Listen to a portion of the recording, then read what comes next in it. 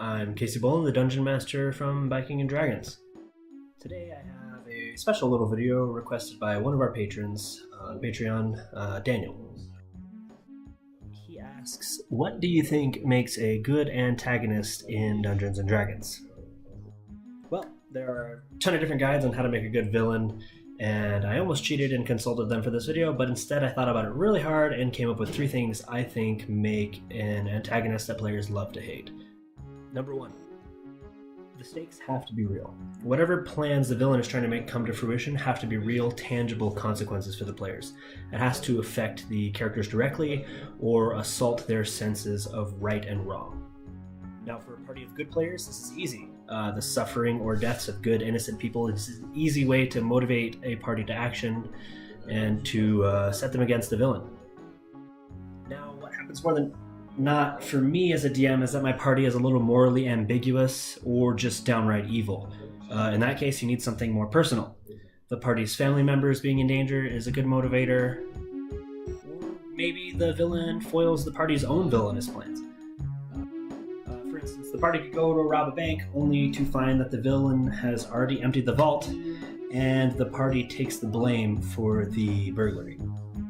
Another way I like to go against an evil party is having the forces of good attempt to hunt them down and end their reign of terror. So like if one of your party members is a necromancer causing trouble all over the place, a party of paladins might show up to try to fuck them up. There are infinite ways to weave in consequences for the party's failure to stop the big bad evil guy, but the main thing is there has to be consequences for their inaction. Number 2, a connection to the players is essential in my opinion. Maybe a family member or childhood friend that was always just a little bit better than them at everything shows up and is still just a little bit better at them than everything.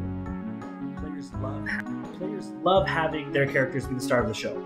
So a guy that shows them up and has a connection to the player's backstory typically sparks a rivalry pretty easily.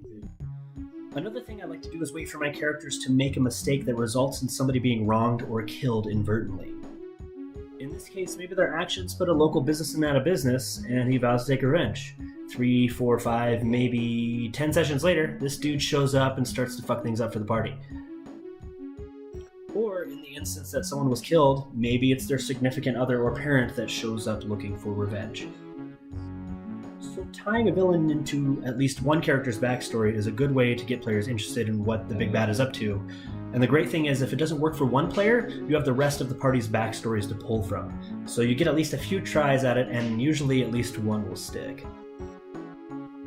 Number 3. The character themselves has to be memorable.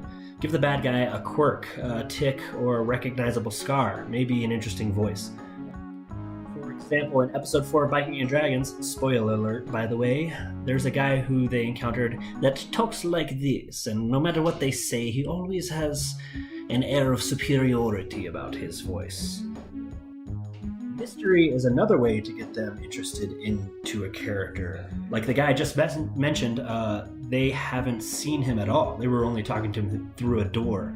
And I find it's kind of like horror movies, the fear of the unknown makes things more scary. Characters want to figure out what's going on the other side of the curtain. Some other tricks I've used in the past to make bad guys interesting are like a sickly cough, a foul odor that always follows them around, or an interesting article of clothing like a large purple turban. For some reason that worked once.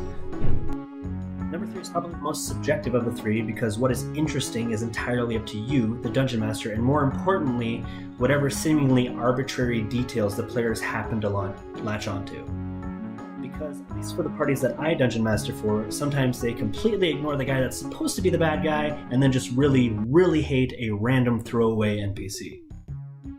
In that case, of course he has nefarious plans that go against the party, and of course they found the real bad guy. So, Daniel, I hope that answers your question, and for everybody else, if you subscribe to our Patreon, you could also get your questions answered, or really just a video of me or Eric talking about anything made just for you. Don't forget to like, subscribe, and then you do your thing, and then you do the reviews. Thank you. Bye.